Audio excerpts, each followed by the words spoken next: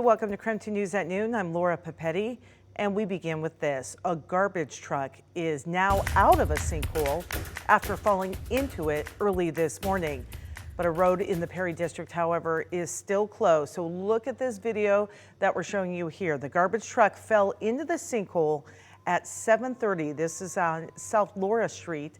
The front half of the garbage truck then got lodged into the ground. One neighbor in the area saw the incident. He was just taking out his trash. My wife got home from work. She's a night nurse out at Sullivan Park. And she's like, "You want to see something really awesome?" And I was like, "What?" She's like, "There's a sinkhole in our front and the trash truck's in it. I think I can get some extra trash out today." The crew shut off the water in that area to do repairs to the sinkhole and to the road.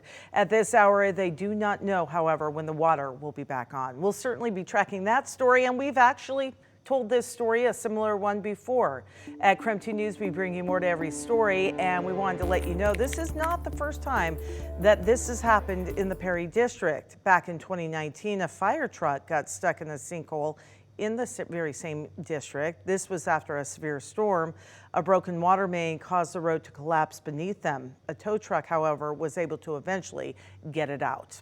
All right, 12:02 right now. We're going to send it on over to Thomas Patrick. He is standing by in the KREM 2 Outdoor Weather Center with a look at what we can expect on this Friday. Hi, Thomas. Yeah, good afternoon, Laura. It is finally time for the weekend, and our weather pattern is starting to stabilize for today. That's for sure. After this morning, it was much colder, and we did see a bit of snow. I'll tell you, on my commute to work in the morning, which is before 5 a.m., it was snowing, but it did not last for very long, though our temperatures dipped down to about 28 degrees during the morning hours. But things are not only quiet, but do you see that? It's the sunshine that is hitting the top of my head here.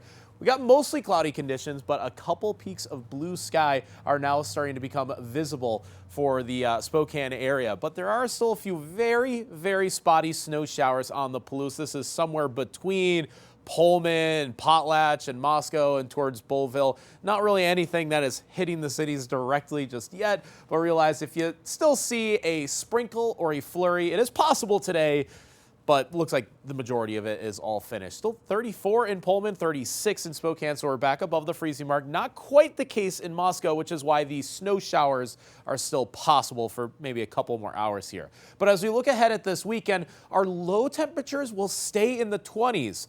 But highs remain in the low 40s. So even with a snow chance on Sunday morning, it is not going to stick around all day long. It's far from our only chance of rain or snow either through the extended outlook. So we'll cover that and your 7-day forecast in detail in just a few minutes.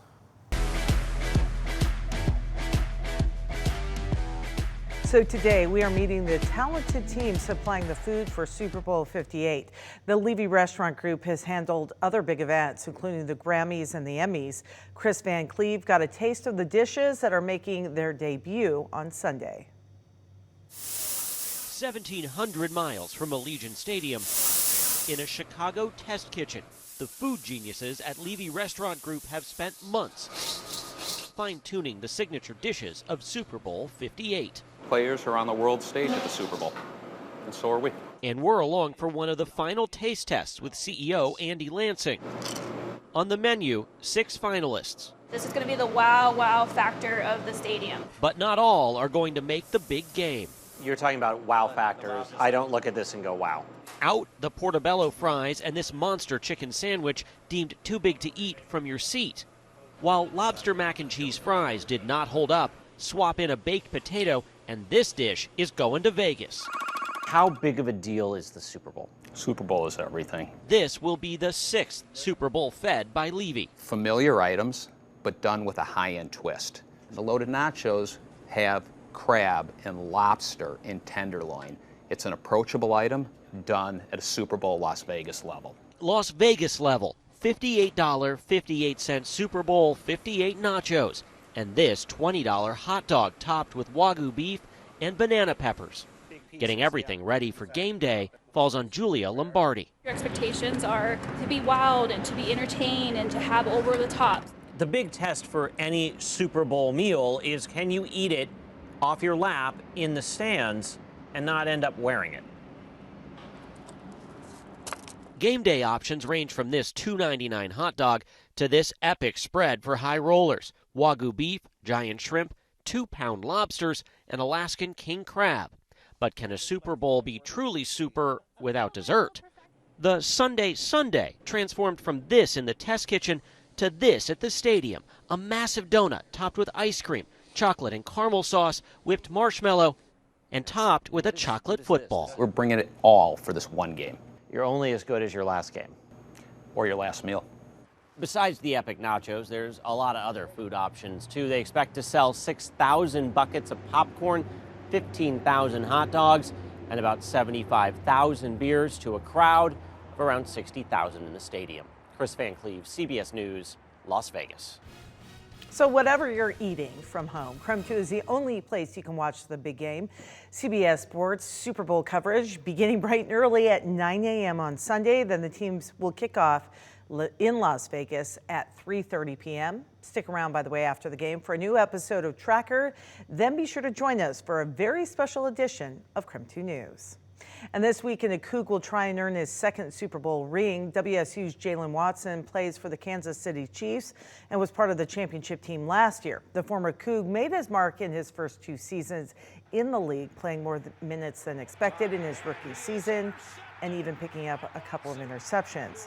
WSU's athletic director, Pat Chun, says he's so incredibly proud of Watson's journey and the obstacles that he's had to overcome. It's a credit to Coach Dickert and his staff as they figured out a way to connect with the young man and put him in a position where he got drafted. And fortunate for him, he got drafted by a team that had Pat Mahomes on it, and that gets you to the Super Bowl. But he's played incredibly well. He's got a high ceiling ahead of him, and everyone here in Pullman, we pull for Cougs. That's right, and Chun will be joining, of course, many other Cougs cheering Watson on come Sunday. After the Super Bowl, as we said, be sure to join us for that special edition of KREM 2 News, where KREM 2's Tim Pham will have an exclusive interview with Pat Chun as they talk about the Pac-12 fallout and what is next for the Cougs. Also, Chun was just appointed to the College Football Playoff Selection Committee. His addition to the selection committee gives Washington State University 2 representatives for the CFP. President Kirk Schultz is currently the Pac-12's representative on the CFP's management committee. The selection committee is in charge of choosing the teams that play for the College Football National Championship. Next season, the College Football Playoff will expand to a 12-team playoff format instead of only 4 teams. All right, lots of sports happening tomorrow. The Gonzaga men's basketball team facing off against Kentucky on the road. The only place you can see the matchup, by the way, is on KREM 2. Tip-off is at 1 p.m. right after the game. We'll have a live Bulldog Madness special with KREM 2's sports team, Travis Green and Andrew Quinn. They'll, of course, have all the highlights and key takeaways from the game. They'll also have sit-down interviews with top players for both the men and women's teams. So don't miss the Bulldog Madness special coming up this Saturday afternoon.